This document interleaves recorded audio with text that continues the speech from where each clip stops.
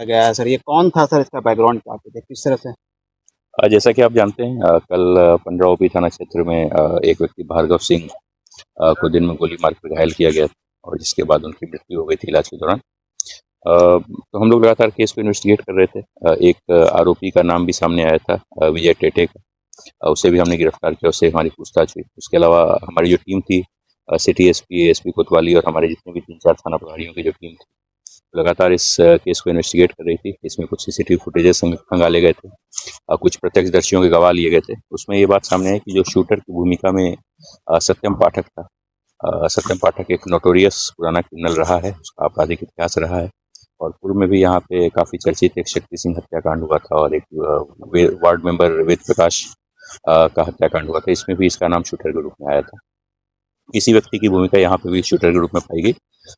इसे आज अहले सुबह जो है सो अरेस्ट किया गया था। निशानदेही पर हथियार रिकवरी के लिए पुलिस की टीम यहाँ पे आई हुई थी।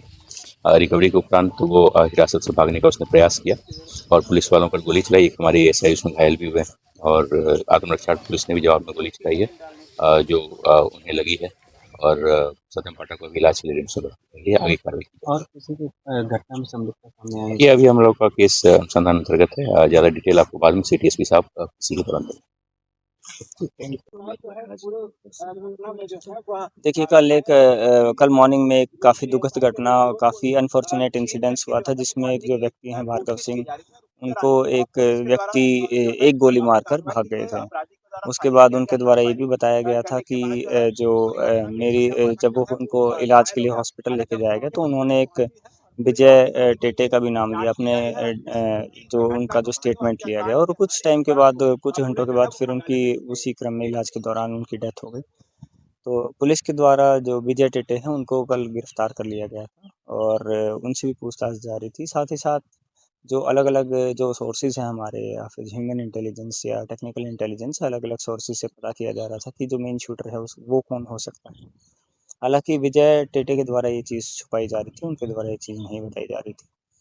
उसी क्रम में कल रात को भी अलग-अलग टीम्स का गठन किया गया। वरीय पुलिस अधीक्षक के नेतृत्व में उनके निर्देशन में टीम्स का गठन किया गया और कुछ फैक्ट ये सामने आए कि एक तो पुराना जो अपराधी है, जो सत्यम पाठक, जो शूटर के रूप में काम करता है अलग-अलग काम के लिए, तो उनका नाम फिर वो इस कांड में सामने आया। उस वो काफ़ी अलग-अलग सोर्सेज़ से वो डिटेल्स मैच भी करी, चलने का तरीका, हुलिया, चूँकि जो शूटर है उसने मास्क भी लगाया हुआ था और कैप भी लगाई हुई थी। फिर कपड़े भी मैच किए गए, अलग-अलग ये भी देखा गया कि जो शूटर है उसने कुछ डिस्टेंस पर आगे जाके अपने कपड़े भी चेंज कर लिए थे।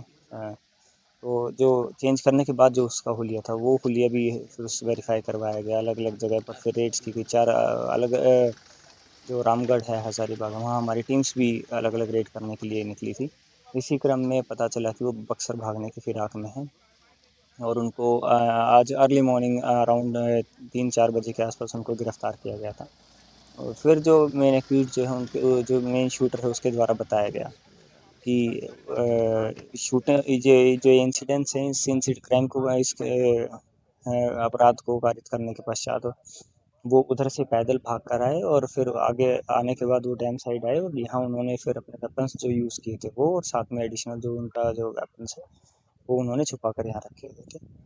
उसको जब पुलिस ने रिकवर किया, जैसे ही रिकवरी कंप्लीट हुई तो उन्होंने हमारे एक एएसआई हैं उनका वेपन छीन के भागने की कोशिश करी और जब उनको रोकने की कोशिश की गई तो इनिशियली पुलिस ने रिस्ट्रेंट दिखाया कि आराम से बोल के कि आप भागिए मत, लेकिन जैसे ही पुलिस ने रोकने की कोशिश करी गई पुलिस के द्वारा, तो उनके द्वारा वो हमारे पुलिसमैन का जो वेपन है उससे कुछ राउंड भी फायर किए गए। उसमें जवाबी कार्रवाई में उनको भी फिर गोली लगी है और जो हमारे एएसआई हैं वो भी उनको भी हाथ में इंजरी है। जो इंजर्ड हैं उनको इलाज के लिए अस्पताल भेजा गया है और आगे की जो इस कांड में जो कार्रवाई है वो पुलिस के द्वारा विधि सम्मत कार्रवाई की जा रही है। धन्यवाद।